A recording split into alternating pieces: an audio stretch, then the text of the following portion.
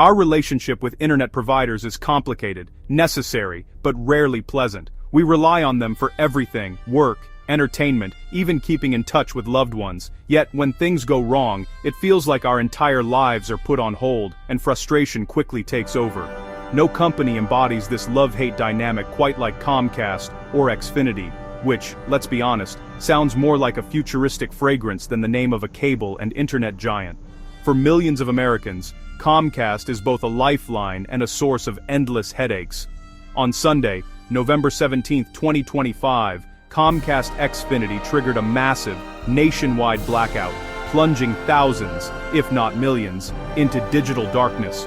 Entire neighborhoods lost access to the internet in an instant, leaving people scrambling for answers. This wasn't a minor glitch, it was a total shutdown. No internet, no TV, no phone.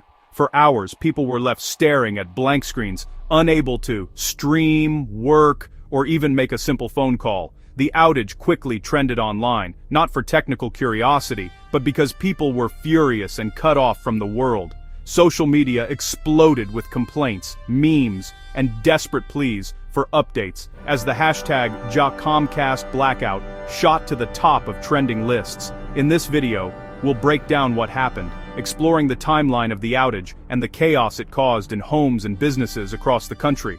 We'll look at which cities were hit hardest, how Comcast responded to the crisis, and what their official explanation was for the blackout. And we'll discuss why these outages matter more than you might think, how they impact businesses, education, and even emergency services, revealing just how dependent we've become on a stable connection. Most importantly, we'll share practical tips on what you can actually do when your digital lifeline suddenly disappears, so you're not left in the dark the next time the unthinkable happens. The blackout began at exactly 6:15 p.m. Eastern, right in the heart of prime time, when families were settling in for their favorite shows, kids were finishing up homework assignments online, and people across the country were squeezing in last-minute weekend tasks. The timing was no accident. It struck at the very moment when digital life was at its peak, making the impact immediate and deeply felt in households everywhere.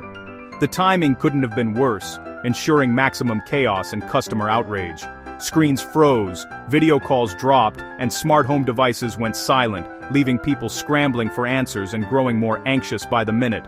Reports started as a trickle, but quickly exploded into tens of thousands within just an hour, signaling a nationwide meltdown. Major cities like Chicago and Philadelphia, Comcast's own backyard, were among the first to be overwhelmed, with social media lighting up as users vented their frustration and confusion. San Francisco and Atlanta soon joined the list, as entire neighborhoods lost access to the internet, TV, and even phone services, amplifying the sense of isolation and helplessness. Seattle, a major tech hub, was hit especially hard, with businesses and residents alike suddenly cut off from the digital world they rely on. This wasn't a simple local cable cut or a minor technical hiccup, it was a catastrophic core network failure, radiating out from urban centers and crippling entire regions. The backbone of the nation's connectivity had been severed, and the effects rippled outward with alarming speed. The scale and spread made it clear. This was a systemic collapse, not a random fluke. No single city or state was spared, and the outage's reach was unprecedented in recent memory. Millions were left staring at dead screens, all asking the same question: is it just me, or is the internet down everywhere? Confusion turned to concern as people realized the outage was far bigger than a simple home Wi-Fi issue. The answer was clear and chilling. It was everywhere. The digital world had gone dark, and no one knew when or how it would come back. Comcast's outage was a total wipeout. No half measures here. Internet, TV, and phone services all went down, leaving households cut off from work, school, and emergency contacts. TV failures led the complaints, especially on a Sunday night when everyone wanted to unwind. Internet outages followed, paralyzing remote work, online classes, and streaming.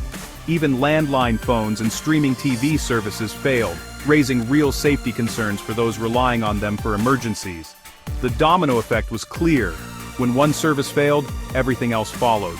This wasn't just an inconvenience, it was a forced, costly digital detox. And for some, it was a genuine safety risk. Down Detector lit up with tens of thousands of complaints, just the tip of the iceberg. For every report, countless others were left frustrated, rebooting routers or stuck on hold. The real number of affected customers likely reached into the millions. Major cities bore the brunt: Chicago, Philadelphia, San Francisco, Atlanta, and Seattle all saw massive disruptions. These aren't small towns, these are economic and cultural hubs where connectivity is essential. The outage didn't just stop entertainment, it halted business, education, and daily life. The numbers tell a story of widespread, simultaneous disruption. When the internet goes down in these cities, the impact is felt everywhere. In a crisis, you'd expect clear, honest communication from a company as large as Comcast, but that's not what customers got. As the hours ticked by and the internet stayed down, people waited anxiously for any real update or explanation. Instead, confusion and uncertainty grew. The company's initial response was silence, leaving users in the dark. When Comcast finally broke that silence, it was only with a vague, generic statement: "We're aware of the issue and working to restore service." For many, this felt like a brush-off rather than real reassurance. There was no mention of what caused the outage, no estimated timeline for a fix, and no meaningful details, just the usual corporate platitudes that left people feeling ignored and powerless. Meanwhile, users experienced flickering service, brief moments when the internet seemed to return, only to vanish again. Each time, hope was quickly replaced by more frustration as outages continued with no end in sight. Social media exploded with complaints, memes, and the hashtag #ComcastOutage. People vented their anger, shared their stories, and tried to find answers from each other since official channels offered so little. The gap between Comcast's bland, carefully worded statements and the real, raw frustration of its customers was glaring.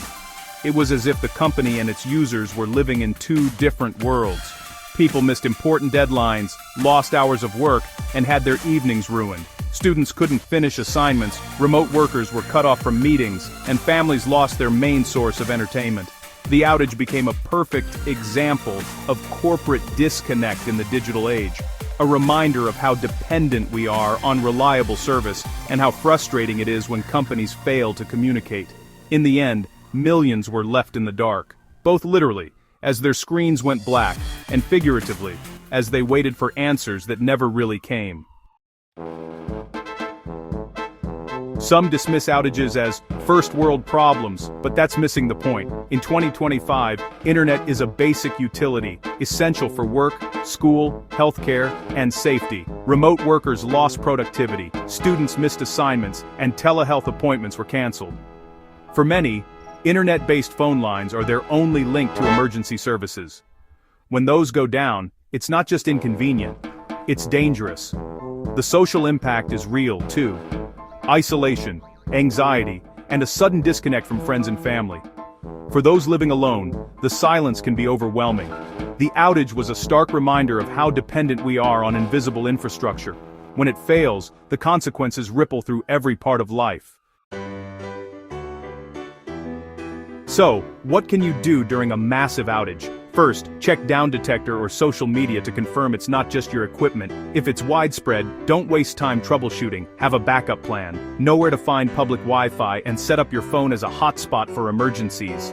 Stay informed by following your provider's support channels and local news for updates. Outages like this highlight the need for digital preparedness and consumer awareness. When the screens go dark, being informed and ready is your best defense. And if all else fails, maybe it's finally time to read that book you've been ignoring.